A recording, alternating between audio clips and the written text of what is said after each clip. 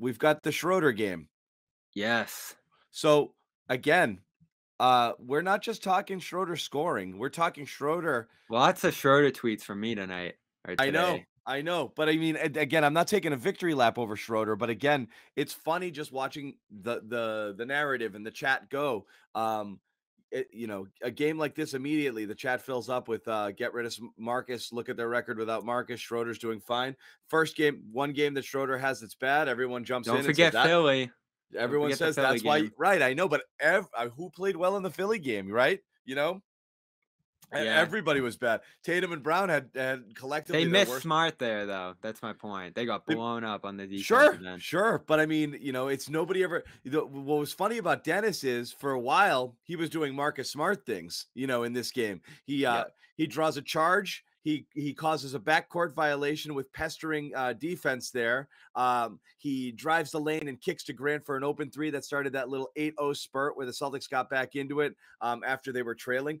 All of those things are like when Marcus does it, we're lighting up the Twitter sphere with winning plays, and when Dennis does it, it's like, all right, fine, I guess he did some stuff right today, but he hasn't been 9 assists. He had an 8 assist game recently. He's like doing point guard Yes, things, last game. Yeah, so we're Yeah. talking 17 assists over his last two.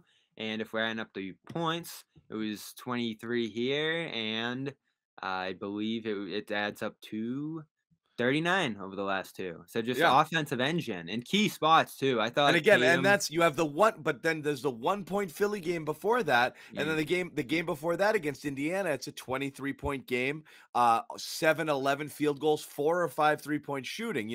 So he has a couple of duds, and then he has 2, 3 good games, but before that, 20 points, 15 points, 21 points. So again, January overall, he's had 2 or 3 no shows, but he's stacked together 6 really, really, really solid games in this stretch. And a lot of them are not the types of ones that are killing you, where he's shooting a low percentage or taking a lot of shots or a high turnover game. 9 assists to 2 turnovers, 8 assists to 1 turnover. He had a 5 assist to 1 turnover game. His turnovers are actually down this month, and he started point guard the last 5 or 6 games. So again, a good stretch from him. And offense when they need it, when everything's jammed up, his ability to when those fall, whether it's he gets a little separation, he hits those little jumpers, or he takes it all the way to the basket. It's great for a stagnant offense, and he kind of helped kickstart him a little bit today. And then Tatum, two different players, first half, second half. I just don't understand the guy who showed up in the first half. I just don't get it. no, I don't either. The I just 7 don't. minute stretch, too. And then I always find the Ime substitution there interesting, too, whether it's taking out a guy who's been hot or sitting down a guy who was ice cold there, not really giving him a chance to get going until, let's say, the second half in this game. It's an interesting choice that he makes there because he wants one of Brown or Tatum on the floor for the whole game. And it was interesting too, between the third and fourth quarter, it's just Tatum out there. So by the time Brown gets back in the game, all the work's essentially done there. So I understand the thinking there between having one of your two best players on the floor for the whole game. But that first substitution is always interesting to me because it's either a guy who's really cold going to the bench and can't find that rhythm from there, or a guy who's just torching, taking a seat and cooling down. It's always a tough decision, I think, that they make there to kind of set up the flow for the rest of the game because they could both play the whole first quarter. Maybe have one sit down the start of the second, different rotation pattern there, but they do what they do there, and it is what it is. I find Brad's comments today, and I know we'll talk about Brad's interview with the Athletic today quite a bit this afternoon, but the only Schroeder comment he had was, first of all, he's done a really good job. He's had a good year. He's done a really good job. As I told him in August, I want him to come here and be the best version of himself. Oh, shut He's up. done that. Shut up. He didn't say that. Yes, he did. Oh, crap. I missed it. He has been the best version of himself, and I think he Oh my has God. for the most part. Is he trolling us? Again, it's not just the best version of himself, it's the only version of himself. And you could say actually he That he's has always done this. what you could say that he has actually suppressed some of his inner demons. I'm sure there's other destinations where he's felt even a greater burden on The himself, or Lakers, yeah, or certainly. exactly, or he looks around the room and he's like, it can't be me taking all the shots. This isn't the right environment for it. And so what's funny with Dennis, the one thing I'll say is I actually do think he gives the game what it needs in the sense of when he recognizes Smart does this too to some extent, where Smart But Schroeder has more weapons to but do it in Schroeder his has arsenal. an arsenal, right? Smart sometimes when he sees like nobody's creating shots, Smart actually, to his credit, can create shots. He's just not a good shot maker, but he'll start to look for his offense at times when things are stagnating. He's just not very good at it. And Dennis he's obviously extremely effective around the rim and getting to the basket, getting downhill. And then he's got that little pull up. And then his 3-point shooting has been far more efficient in the last 10, 12 games than it has been over the season. So I think he's up around 36 or so percent for the year. That's you'll take that to the bank all day long if that's what you're getting out of Schroeder. Yeah, you know? and where he's shooting, Especially if too. the turnovers are down too. His assists are up, his turnovers are down. You'll absolutely take that. He's around 35%. But yeah. 7 of 11 in the second half with Schroeder. That's just Yeah. great. Yeah. You get efficiency like that from anybody, and it's a luxury. Never mind a guy who's making $5 million. So at this point, I'm still kind of torn on it because there is some value to trying to keep him, isn't there?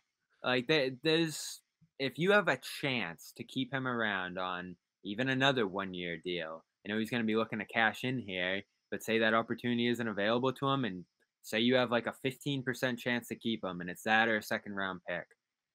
That's a fair trade-off there to look at. You see how it goes through the end of the year. Maybe he ends up being a great fit here and loves it here and just sees himself being a scoring point guard next to Smart's defense and looking for some sort of a shake-up in between where you can get some shooting there. I don't hate taking it there if that's the goal. And certainly they would lose something by giving him up, I think, at this point. Just seeing what he's done over the last week or so here. Uh, he's just a guy who can get buckets on a team where there aren't many buckets to be had. And he's been so critical in that regard. And it feels like he plays well off of Tatum and Brown. And it feels like him and Brown kind of have this relationship, at least seeing them interact, that's, kind of jovial. And it feels like he's comfortable here. Like, to contrast it against the Lakers last year, and I don't know how much you paid attention to that, he was like beefing with LeBron and like dropping these side comments about like the way things were functioning there and the offense and his role in it. And there's been none of that from him this year. Yeah, He's just been content. I mean, guys like Dennis sometimes have expiration, dates. He could. So that just happens sometimes, where it's just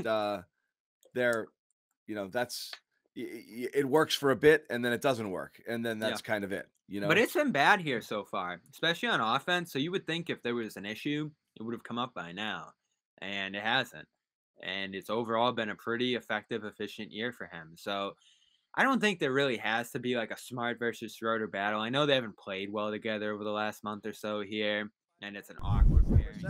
I wanted to pull up real quick, Bobby. Dennis Schroeder was talking to the media. He was asked about his his kind of roller coaster sort of ride. I'm told he didn't love it, so let's listen in real quick. In Philly, you have one, and with the night before, the game before in Indiana, you had 23. It seems like kind of been up and down a little bit. Are you starting to feel comfortable? Like, are you feeling the COVID protocol? You've had a lot of things happen this season. Are you starting to feel a little bit of comfort in the offense and just kind of You with Philly? You with us or you with Philly? No, I'm just asking. You with Boston? I cover the Celtics. Oh, okay. I'm just asking you next question. If you're comfortable, feeling any more comfortable over the last couple games. It's just a stupid question. Oh, my fault.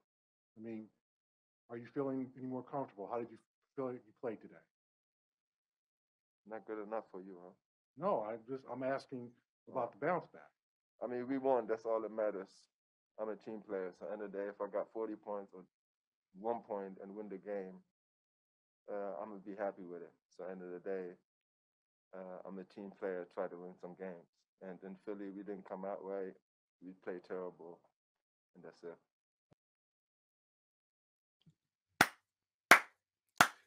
Thank you, Dennis. Okay. Thank you, Dennis. Okay. I know Dennis clap back. You can tell he's been hearing a little bit. This is not just this is, again, that question is reflective of this attitude towards him, which I've been saying all year. I find it so perplexing. He'll go 3 on, 1 off, and people talk.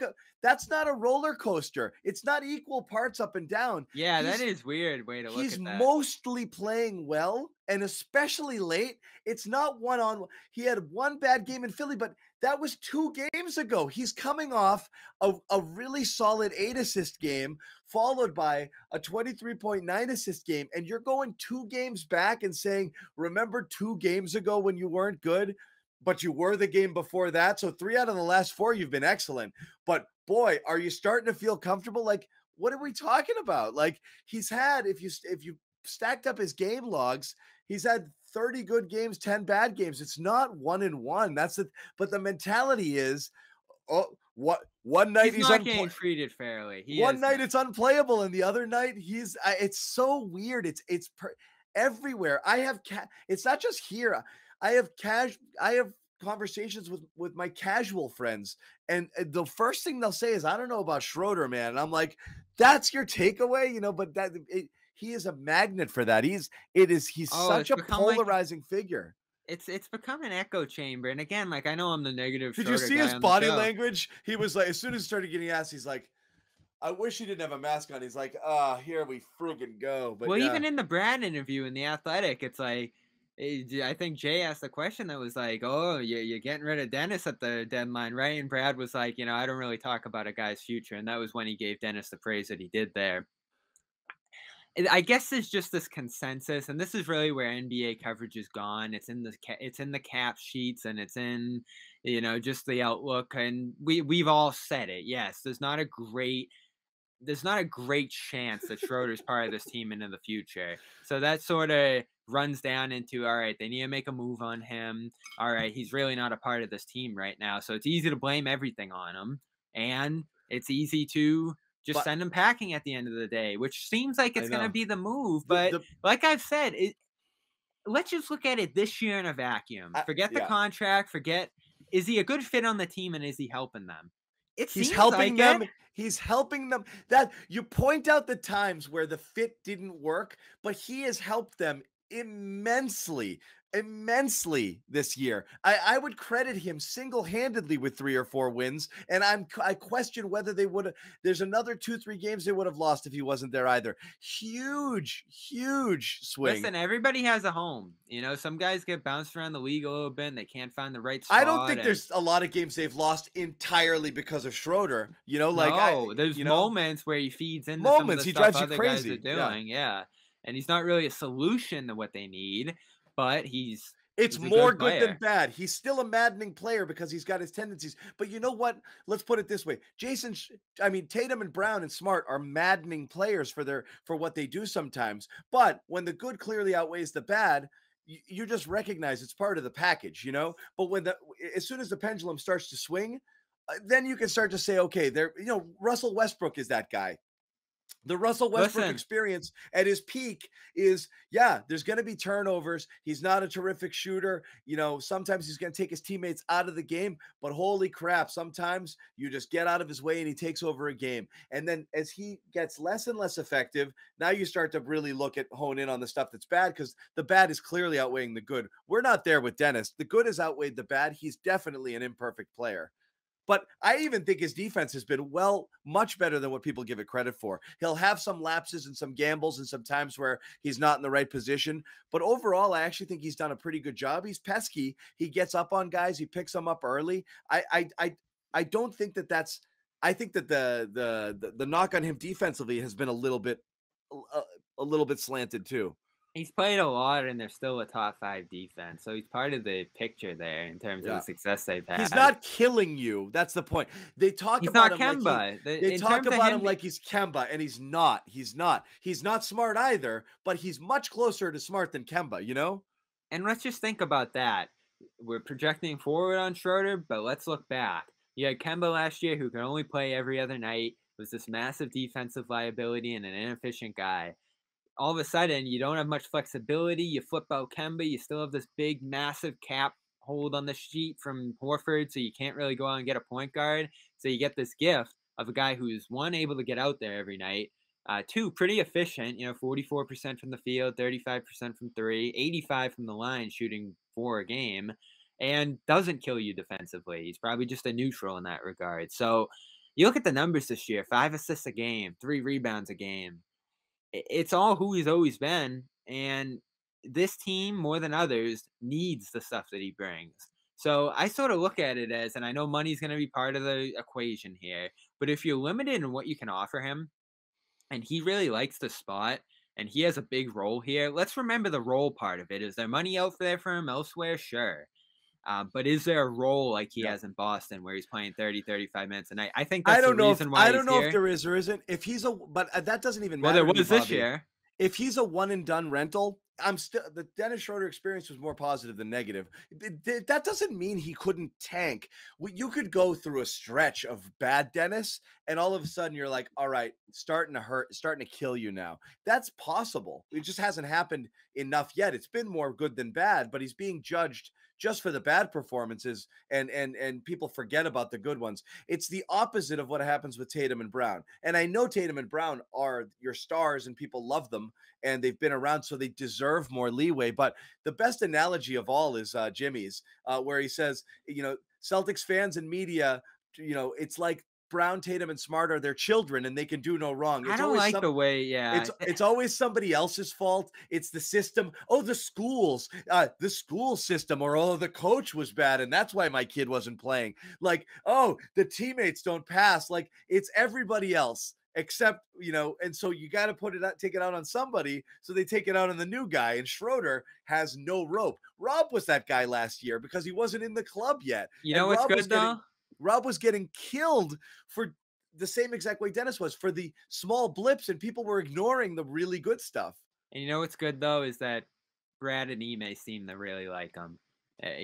Those aren't guys who are following the ride of everything else on the outside there. They believe in him. They've bumped him up in terms of his role here for better or worse, and they've gotten a lot out of it. I mean, this would be bad, and maybe there's some benefit in ways to being worse than this.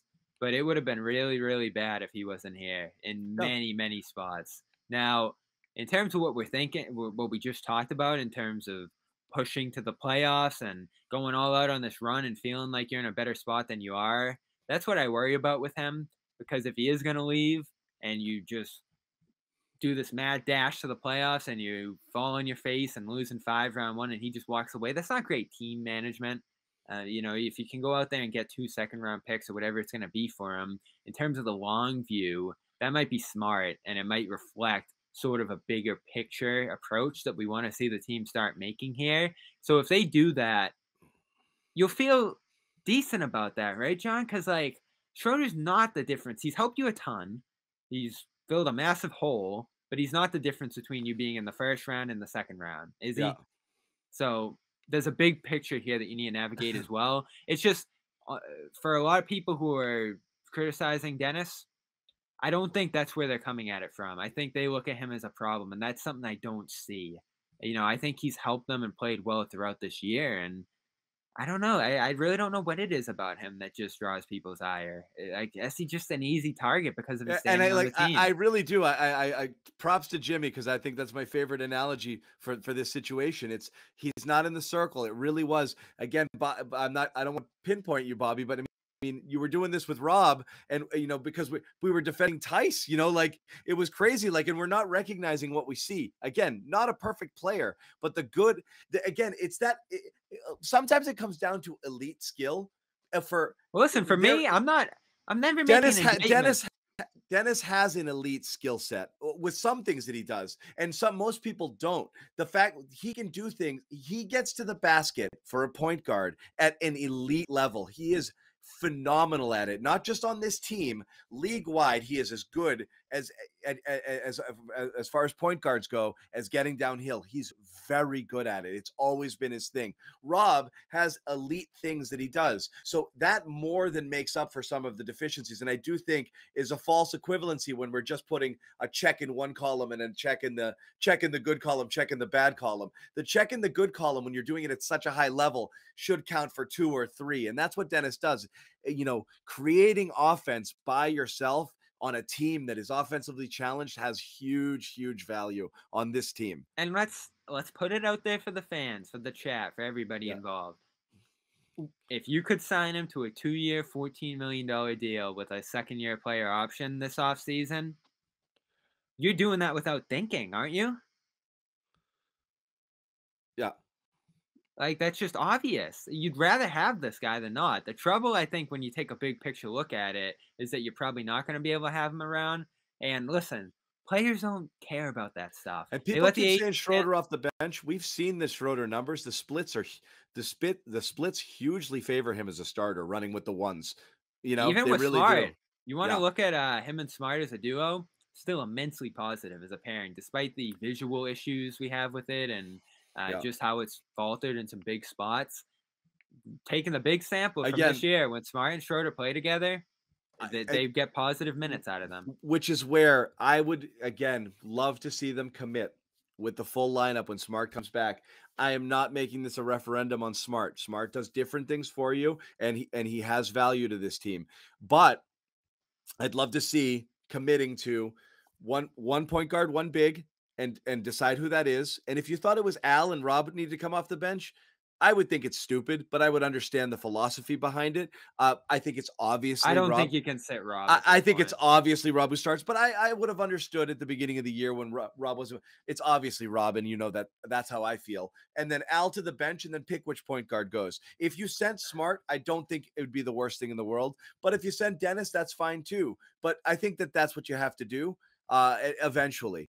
And I do think Grant in there and working in Nesmith to get some shooting with consistent minutes out there. You have to start working in those guys. That's what I favor. But again, we'll see if it ever gets there.